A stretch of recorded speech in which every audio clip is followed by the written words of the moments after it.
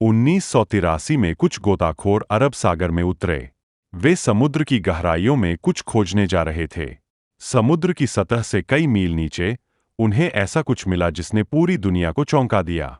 एक विशाल शहर।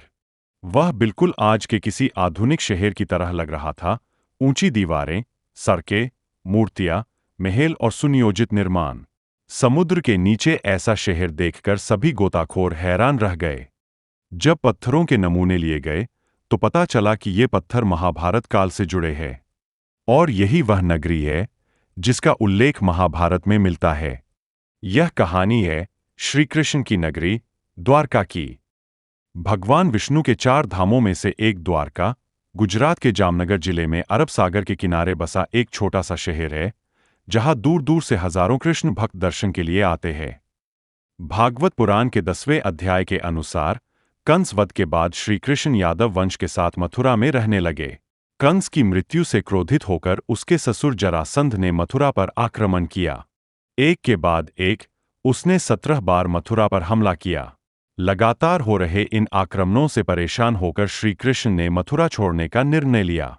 उन्होंने समुद्र के बीच एक विशाल नगरी बसाने का आदेश दिया, लेकिन यह समुद्र देव की अनुमति के बिना संभव नहीं था। तब श्री कृष्ण ने समुद्र देव की आराधना की।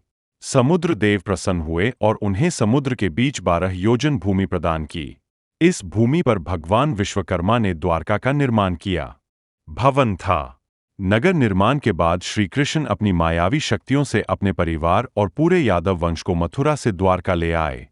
इसके बाद उन्होंने जरासंध और काल्यवन से युद्ध किया और विजय प्राप्त कर द्वारका लौट आए। लेकिन जैसे हर जीव सुख और दुख के चक्र में बंधा है, वैसे ही श्री कृष्ण भी इस नियम से अलग नहीं थे। कुछ समय बाद पांडवों और कौरवों के बीच महाभारत का युद्ध प्रारंभ हुआ। इस युद्ध में श्री कृष्ण ने अर्जुन के सारथी के रूप में महत्वपूर्ण भूमिका निभाई। 18 दिनों तक यह भीषण युद्ध चला और अंततः पांडवों की विजय हुई। जब गांधारी ने अपने पुत्रों के शव देखे तो उन्होंने क्रोध में श्री कृष्ण को इस युद्ध का कारण मानते हुए श्राप दिया। जिस प्रकार उनका वंश नष्ट हुआ, उसी प्रकार 36 वर्षों बाद श्री कृष्ण का वंश भी नष्ट हो जाएगा। श्री कृष्ण जानते थे कि उनका वंश आपसी संघर्ष में नष्ट होगा, इसलिए उन्होंने इस श्राप को स्वीकार कर लिया। इसके साथ एक और श्राप भी जुड़ा था। एक बार द्वारका के पास पिंडारक में कुछ ऋषि आए। श्री कृष्ण के पुत्र सांब ने मित्रों के साथ मजाक करते हुए गर्भवती स्त्री का वेश धारण किया और ऋषियों से पूछा कि उसे पुत्र होगा या पुत्री। ऋषि क्रोधित हो गए और श्राप दिया कि सांब एक लोहे का मूसल उत्पन्न करेगा जो यादव वंश के विनाश का कारण बनेगा। वास्तव में उसके वस्त्रों से लोहे का मूसल निकला। राजा उग्रसेन ने उसे टुकड़ों में कटवाकर समुद्र में फिंकवा दिया। एक मछली ने उन टुकड़ों को निगल लिया। वह मछली मछुआरों के जाल में फंसी और जब उसे काटा गया तो वही लोहे के टुकड़े निकले। एक शिकारी ने उन्हीं टुकड़ों से विषैले बाण बना लिए। 36 वर्ष बीत गए।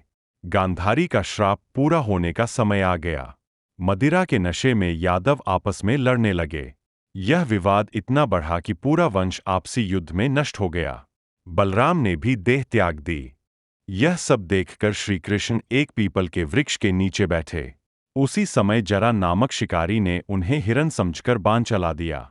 वही विषैला बाण उनके चरणों में लगा और इसी प्रकार श्री कृष्ण ने भी इस संसार को त्याग दिया। जब अर्जुन को यह समाचार मिला तो वे तुरंत द्वारका पहुंचे। पूरी द्वारका अग्नि में जल रही थी। अर्जुन ने स्त्रियों और बच्चों को सुरक्षित बाहर निकाला। जैसे ही द्वारका खाली हुई, वह समुद्र में समा गई।